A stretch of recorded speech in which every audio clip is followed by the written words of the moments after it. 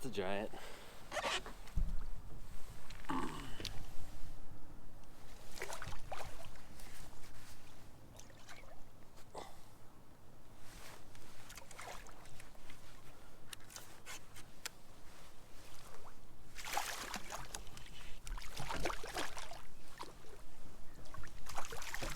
Thumped it. He thumped it. Maybe not a giant. It's a good one. Find hard bottom in a place like this. Tick, tick, tick, tick. You just have to know what's coming. Thump. That is a thick smallie. Just dragging a dark sleeper along a long point. Hard bottom from mud. This guy's hanging out there. Working it nice and slow over the rock. All right, y'all, since we're out here today and we've got the whole place to ourselves, it's beautiful, it's quiet, I think I'm gonna go ahead and do a little different kind of video, and that's gonna be my top 3 baits for fall smallmouth when that water starts to get cold. But I'm gonna be fishing while I do it and hopefully catching some fish on these baits that I'm saying actually work. I truly believe they do, but you guys know how it goes with fishing. One day that bait not be the right bait, but other days it could be the right one. So now that we just got that first fish in the boat, I just want to show you what I caught it on. And this is just a dark sleeper. Notice that it's a fluorescent, or not a fluorescent, kind of a translucent chartreuse. And chartreuse is a color that I really believe in this time of year when that water gets cold. And the dark sleeper isn't actually the bait that I want to talk about for my top 3 baits. It's just a swim bait, but I do rig these swim baits a little bit differently in the fall because I want them to be a little more noticeable. So the dark sleeper is one of them, and you can work this like a jig, and that's what I want the possibility of. I want to be able to slow roll it and get the swimming action, but I also want to be able to pop it off the bottom and have it sit there and a fish pick it up, just like it happened there with that last fish. So in addition to a dark sleeper, I'm going to show you guys another option that I really like to use during the fall.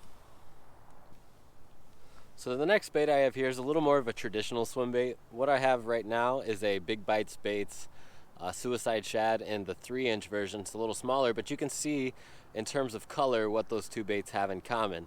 Now the big difference here is that I rigged this bait on a spot remover or some kind of stand-up jig. And so that stand-up jig is going to sit in soft bottom, if there is, right? Because this rock is a little bit scattered where I'm fishing right now, and so some of it is going to be mud. And when this spot remover is digging into the mud, some of this bait is going to get lost in that cloud that pops up, and that nice chartreuse green tail is going to stick up from the mud and be visible to the fish so that they can come up and grab it. And like I said, another thing I can do with this bait is I can just straight up slow roll it just like I would a normal swim bait if I want to. But I can also kill it and let it sit there and work it just like a jig. And with this thing standing up again, it's going to allow that fish to pick it up, and it's going to be knocking into that rock. It's going to be giving them something to grab onto. Now, why do I have a 3-inch bait instead of maybe a 4-inch, kind of normal bait that we would use in the summer? And that's because as the water gets colder this time of year, fish are going to short strike, right? So when the fish are biting a moving bait, it's much more likely that they're just going to grab the tail. That's why I opt to size down on my swim baits so that when they do grab it, there's a good chance that they're going to get the hook. And also, these spot remover hooks aren't really that big. I believe this is a 3/0 spot remover, and this is a 3/8 ounce spot remover jig head. I just want it to stay on the bottom, but I also want, like I said, the possibility of slow rolling it. So a swim bait, sometimes in chartreuse, is going to be one of my go-to baits for the fall, but rigged a little bit differently. That dark sleeper that's kind of jiggish, this on a spot remover, you can work like a jig, gives you multiple options for your swim bait fishing here in the fall.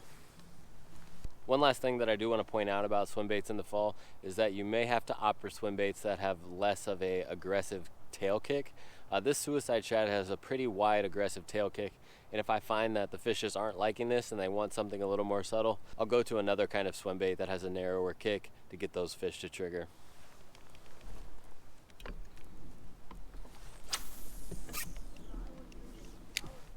So as I'm working this swim bait on a spot remover, I like to slow roll it, kill it, let it go down, stand up, pop, pop. Continue that same process. Give the fish plenty of opportunity to see it, to come and get it. If they're a little bit lethargic, that may be what it takes.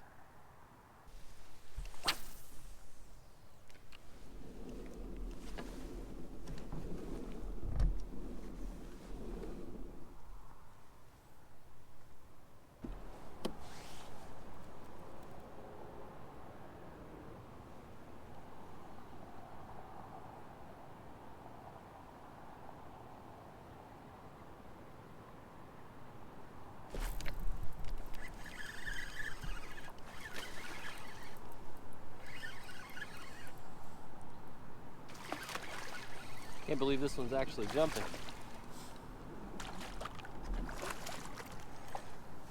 It's another nice one. That one might be a little bigger.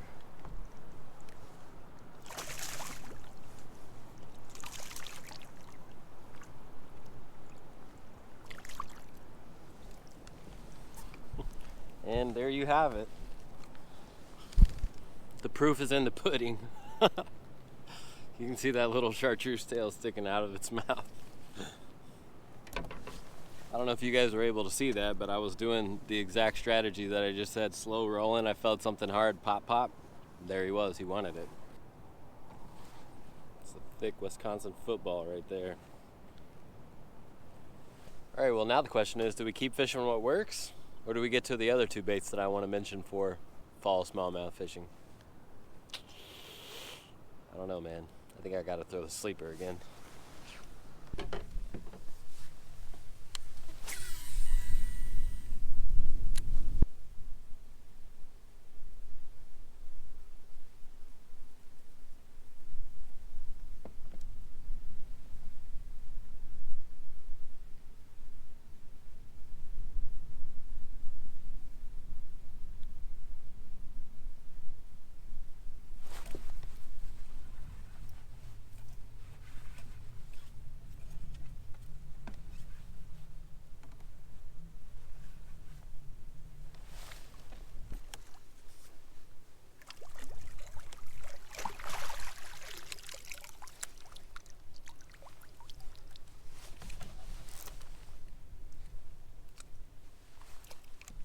Another nice dark sleeper fish right there.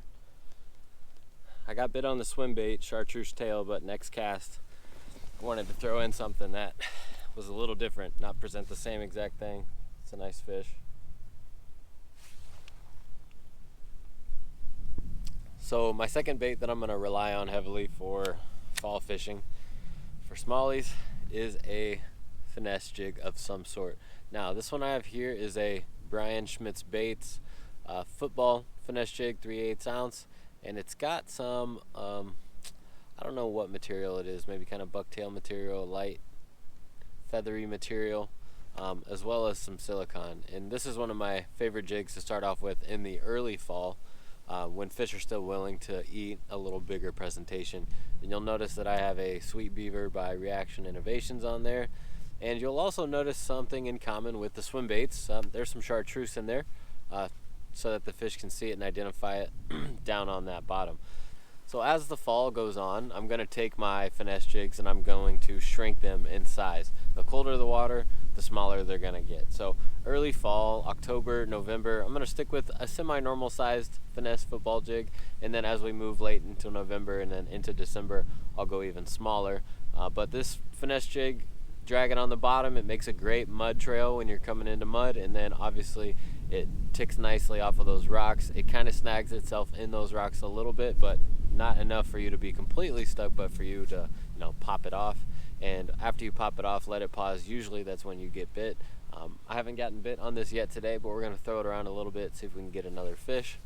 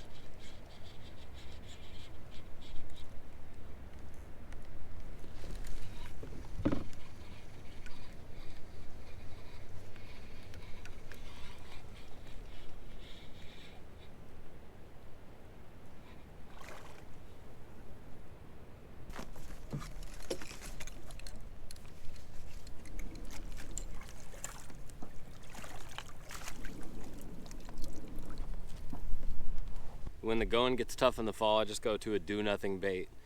Just a straight up dragger, do nothing. And that's what I got here. Didn't even feel that fish hit it. It's nice, probably 17 and something. I'll give you guys a look at this bait. Just a goby imitation, open hook, flat-sided jig head, and I'm just dragging that thing on the bottom just super slow. Hardly even, moving it at a time. Drag, drag, pause. And that's the result. I'll take it. Things have slowed down quite a bit. I'm not exactly sure why, but because of that, I wanted a do-nothing bait. It's kind of my fallback in the fall. Give you guys another look at this bait here. To be honest, I've completely forgotten where I got these jig heads or what they're called, but they're made for goby imitations as far as I can tell. You can tell they're really flat. They're supposed to just sit like that on the bottom. This is a goby imitation bait. You can find these at a lot of places now. I'm not sure of the name of this exact one, but essentially in the fall and early winter, when the fish aren't going to go for anything with a lot of action, some goby imitation, if you've got sculpin or goby in your rivers, is going to be really good. If you can just park it right in front of them and let it sit, maybe twitch and slow drag, eventually you're going to get a fish to eat this. My final bait for fall river smallmouth is going to be a jerk bait. So if I had to choose just one jerk bait that I could throw for river smallies, it would be the Megabass Vision 110 Junior. Its size it's smaller than the normal, and smallmouth will still eat the normal size one, but this is going to get you more bites, and big fish simply aren't going to turn this one down. Now obviously this one is a little smaller than the original size, but for river smallmouth I don't think that matters much. You put this in front of their face, they're going to eat it. Big fish are going to eat it, small fish are going to eat it, and it's going to be fun. Today is not a jerkbait day, but I've had plenty of fun jerkbait days already this fall, and throwing this thing in and around current seams has been super fun. This thing goes 3 to 5 feet, suspending, has great action, and so this is going to be one of my favorite baits to throw in the early fall. But as we transition into late fall, you can still use this. You're just probably going to be pausing it longer in between twitches, depending on how aggressive the fish are. Today I'm fishing in mostly 6 to 10 feet of water. This doesn't quite get down deep enough, and the fish just seem to be oriented towards the bottom. So there are going to be days like that, and on those days maybe the jerk baits get put away, but those bottom baits that I've been throwing today and catching nice fish need to come out. So yeah, that's it. I don't really have a whole lot to say about jerk baits. I don't do anything really special. I keep my twitches to pop, pop, pop, vary between 1, 2, and 3, as the guys on Tactical Bassin always say.